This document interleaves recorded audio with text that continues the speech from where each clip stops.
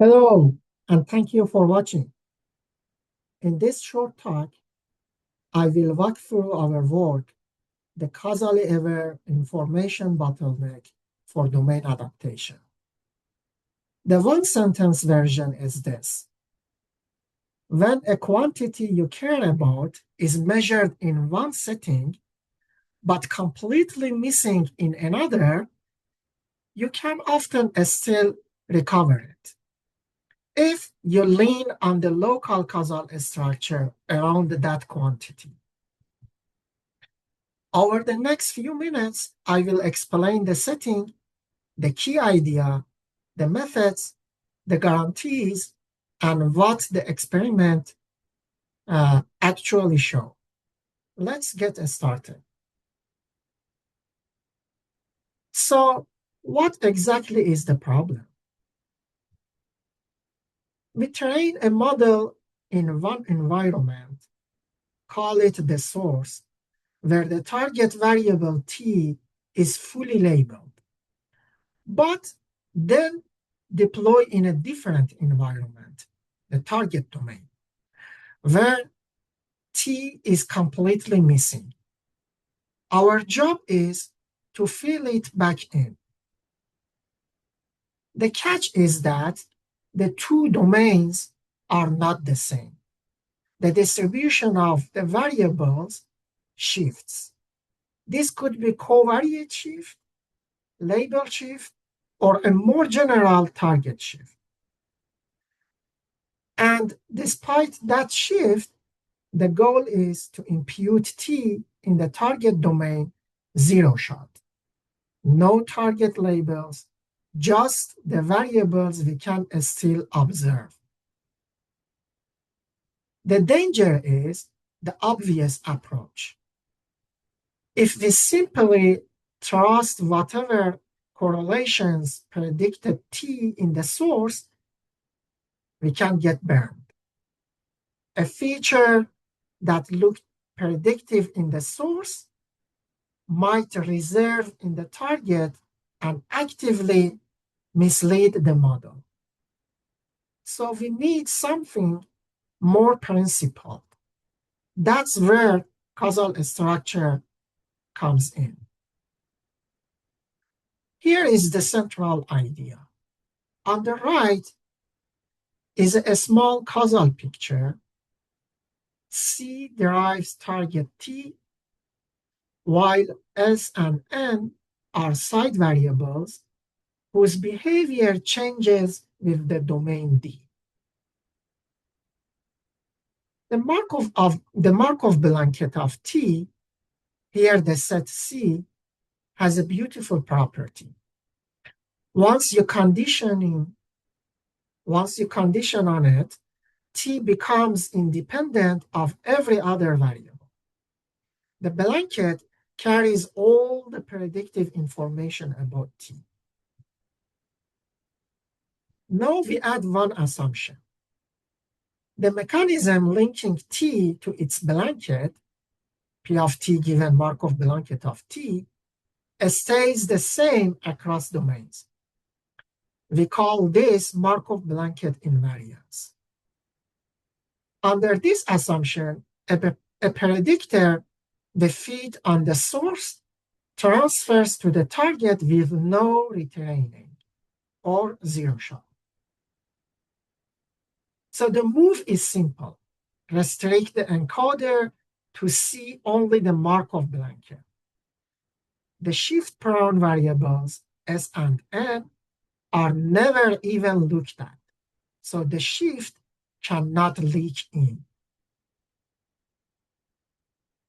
And the punchline to hold on to for the rest of the talk, it's this structural restriction, not the fancy estimator we put on top.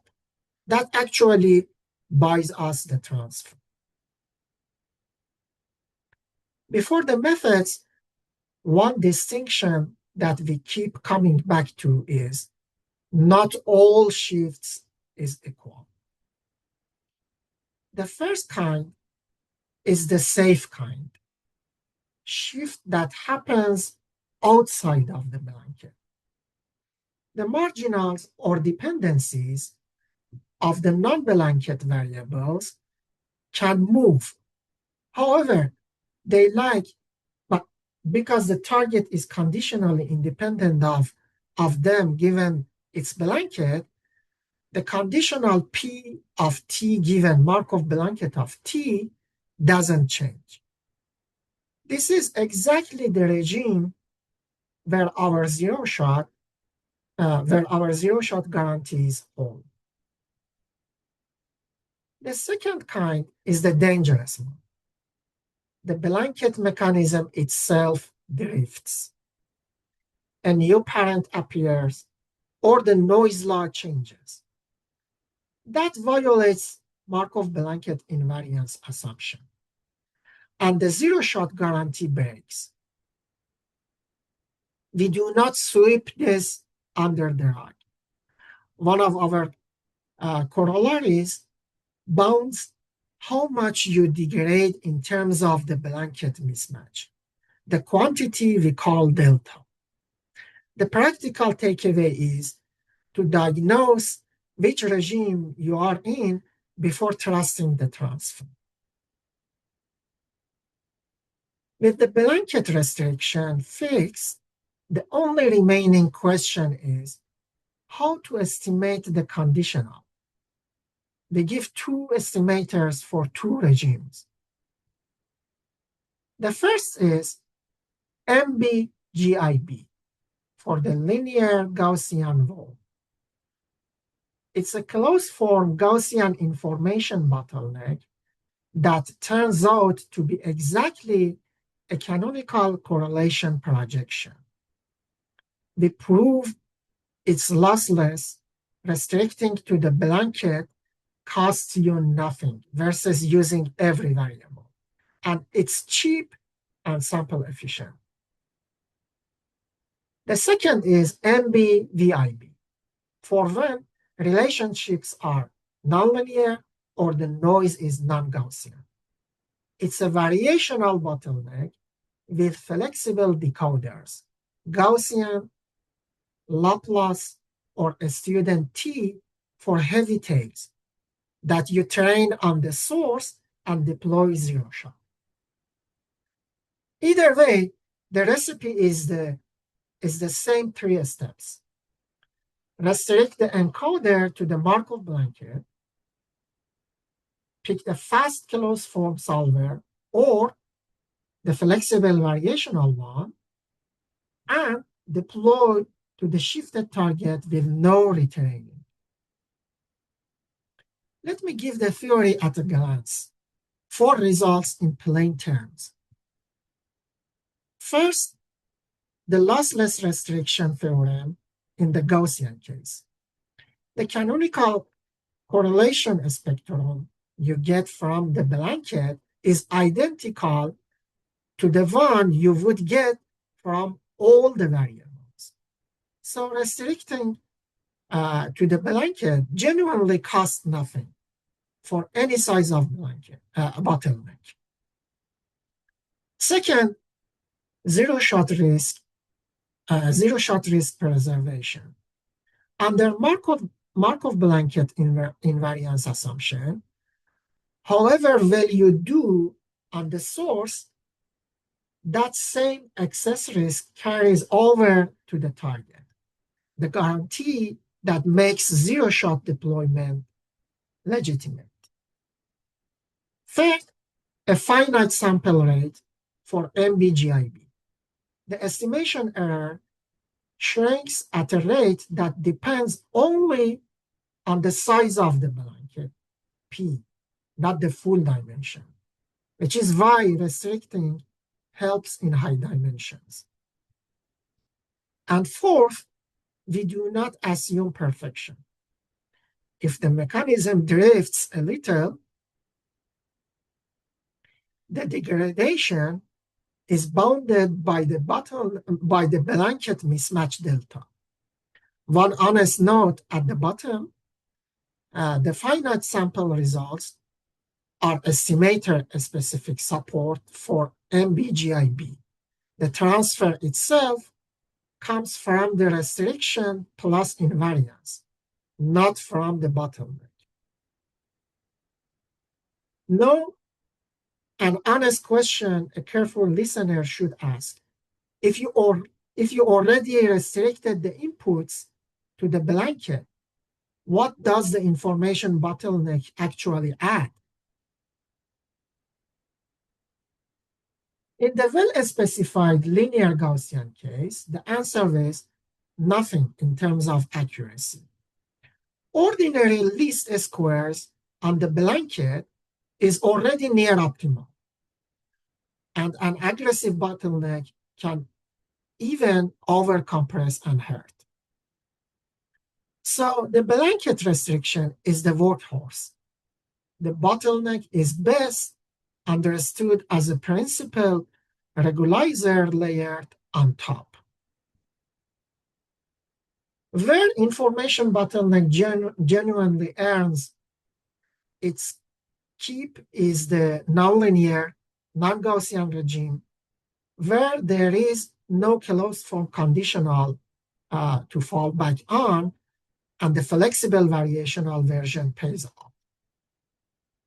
And we do not just assert this, we test it by running tuned blanket-only baselines that isolate exactly what the bottleneck contributes.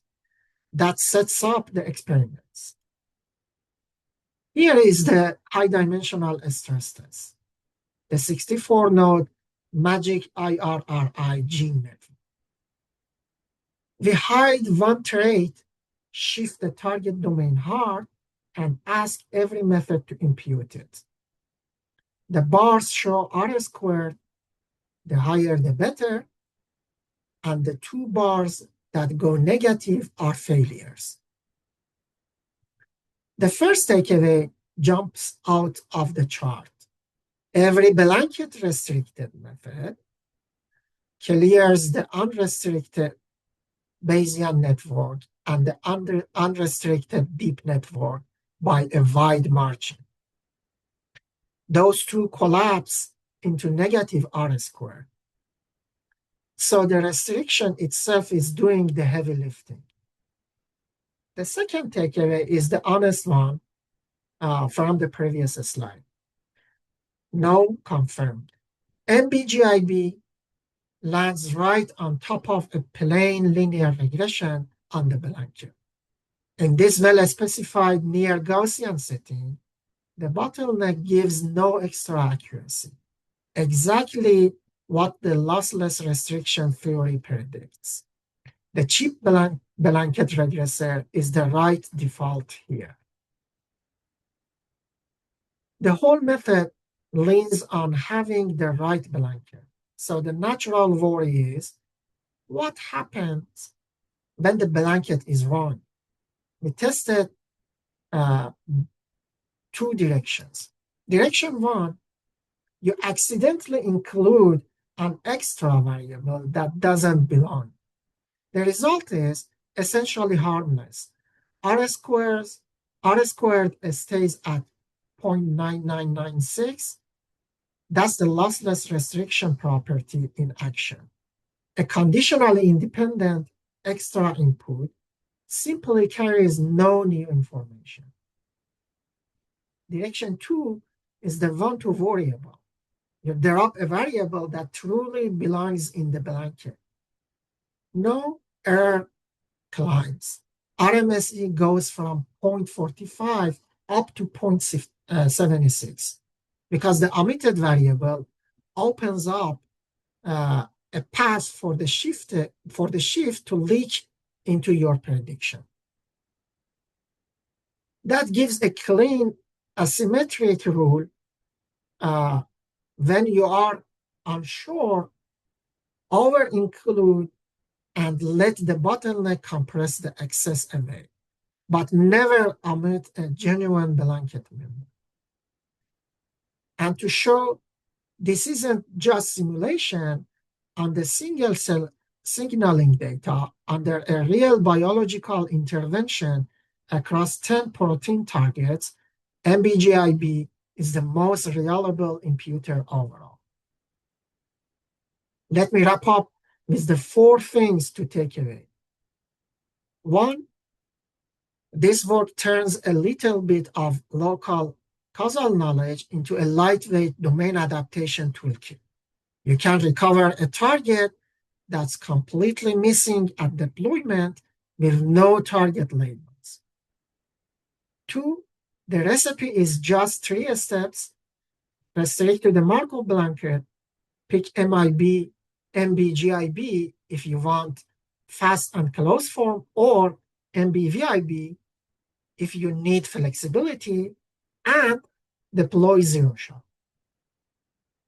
3, at the theme of the whole talk, the structural restriction is what drives transfer. The information bottleneck is a principal regularizer that also extends the idea to nonlinear and non-Gaussian data. We are explicit about where it helps and where it doesn't. And 4, know the limits. Every hinges on a correct bottleneck and on the mechanism staying stable. So diagnose your residuals, and when in doubt, fall back to a parent-only encoder. Thank you very much for watching.